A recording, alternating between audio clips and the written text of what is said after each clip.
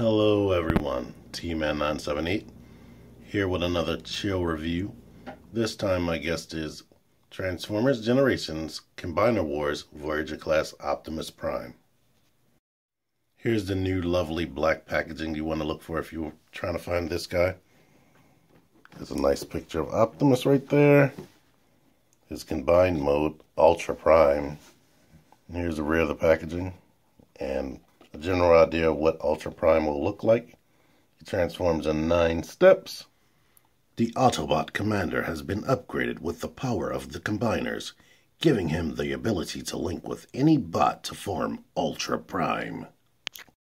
Inside the packaging you get these instructions. This collector's card featuring what looks like a stylized version of the Fall of Cybertron artwork and G1. Either way, since it looks like Fall of Cybertron, it looks hideous to me. And you get these 2 weapons. They look like an engine that should combine right there, but this kind of reminds me of like one of Hot Rod's guns a little bit because of the pipes on the side right there. And this one looks a lot like his G1 gun. And of course, it combines to form a bigger gun. A long rifle for his combined mode to hold. And there's 2 peg holes for other weapons to fit in. It's completely red plastic painted like a dark smoke gray. I don't know why they didn't just make it gray plastic instead of having these ugly red handles. And just like Silverbolt, has metal pins. I don't know why. Anywho, if you're like me, this has been your go-to Classics Universe Generations Optimus Prime mold. But now, he's been drinking Energon milk, and he's upgraded to this big, humongous guy. So now you have a tough decision. Do I upgrade or do I keep this old guy around? While we're at it, let's bring another Optimus up to compare him against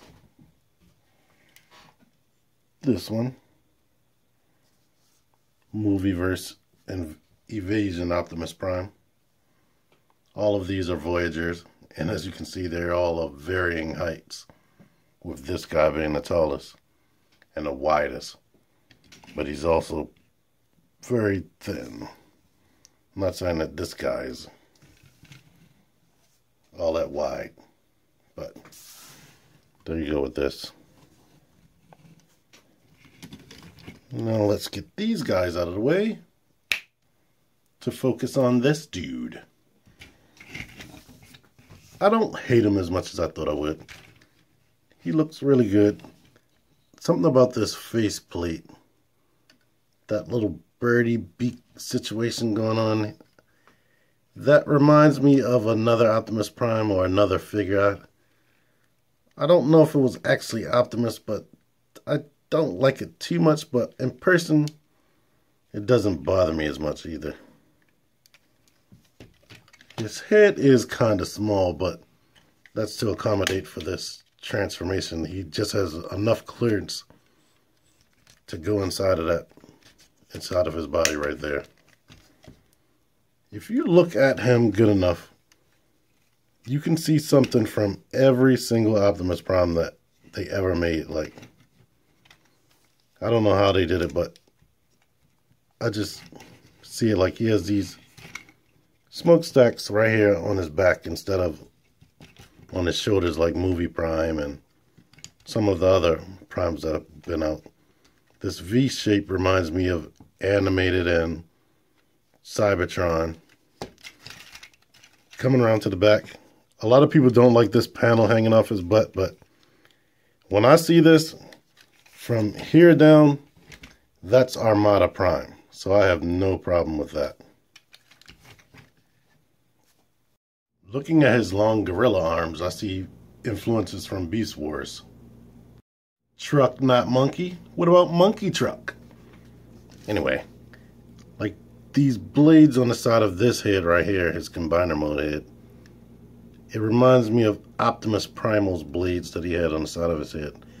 Now I know it's also a homage to Transformers Energon, because a lot of this detail and these blades, Transformers Energon's Super Prime or whatever that guy's name was, he had those features too. One final comparison I'm gonna do is the silver feet, like movieverse Optimus feet. But anywho, here's a lot of good paint apps. These Autobot logos are stickers, which is kind of weird. I don't know why they did that. Maybe he has the same molding as Motormaster, that's going to be the same body, but I'm going to have to look at that online to make sure, or see if that's really true. But you can see all the paint detail that he has. All the silver face, silver smokestacks, which usually they don't paint them. These fake windshields back here, and these windshields are like a blue silver paint there, but I'll let you see that in vehicle mode. But anyway, he's a good figure. Head is on a ball joint. His neck isn't very long, so besides the 360 rotation, it's very hard to get anything else out. There's nice tight ratchets that go out like that. 360 right there. Biceps are on a swivel. Elbow, 90-degree bend. Fists that go up like that for the combiner mode. These joints right here, super tight. They kick forward that much, and if you move this panel out the way, they can kick back that much. More than 90-degree bend at the knee, and the toe goes down like that. He also has a waist. Let's get his weapons. He can hold both guns in both hands, of course. Or you can combine the weapon to a mega gun, and he can do things like this. Transformation. It's simple, but it gives me trouble. Grab his feet, pull them down, peg the legs together. Move this panel out of the way. Now you can flip his head in, like I was showing you earlier. Go ahead and bend his back right there. Bend his knees forward. Get him into like a on the knees position right there. Go ahead and rotate these arms around. Bring this around, and this is the part that gives me the most trouble. They should just be able to peg the forearms together, rotate them up like this, rotate these panels up, that peg right there, rotate the panel up right here, and the legs need to clip in under these panels down here. But mostly after you do all that, just give everything a good squeeze. And for me, this doesn't clip together very well. I don't know if I'm doing anything wrong, but it's going to be covered up by that. And now